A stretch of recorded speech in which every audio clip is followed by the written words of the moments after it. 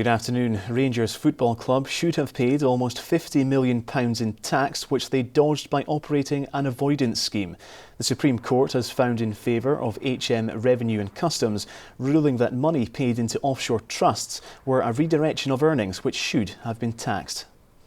The Supreme Court gave a pretty sterling vindication of what the Court of Session had been saying, and that was to look through the legal detail of the employee benefit trusts and the loans and to reclassify them as earnings from employment. That obviously has a consequence for pay-as-you-earn and NIC, which is going to be a fairly substantial amount. The Scottish economy grew by nearly 1% in the first 3 months of the year, starving off fears of a recession. GDP grew by 0.8% in the first quarter north of the border, with the UK economy growing by 0.2% in the same period.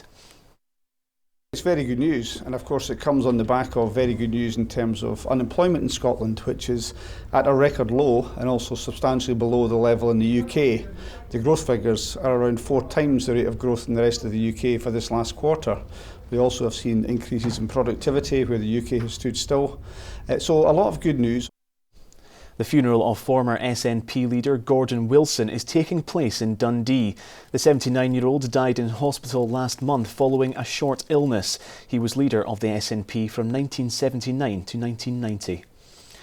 Canadian Prime Minister Justin Trudeau has arrived in Scotland as part of a brief tour of Europe. He was given an honorary degree at Edinburgh University this morning and will have a private audience with the Queen at Holyrood Palace this afternoon.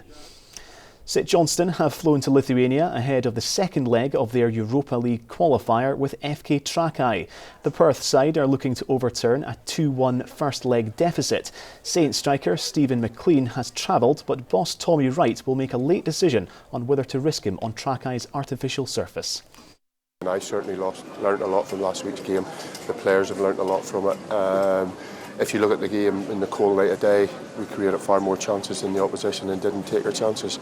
And were caught really with 2 poor goals that we give away, even though the second goal was a great finish. So, it's a wee bit better organised in terms of when they have the ball. And as I've said all week, we've got to be ruthless in front of goal. Now here's Sean with the weather.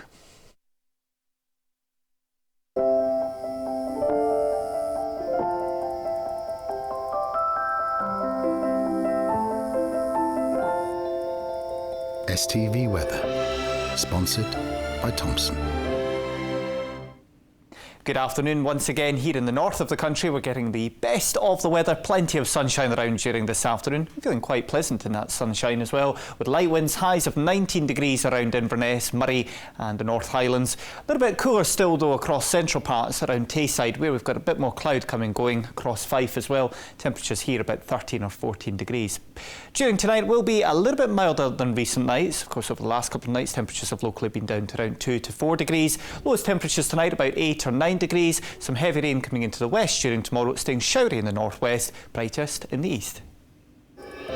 STV weather, sponsored by Thompson. Well, that's all we've got time for. Norman will be back with the news at 6. Have a very good afternoon. Bye-bye.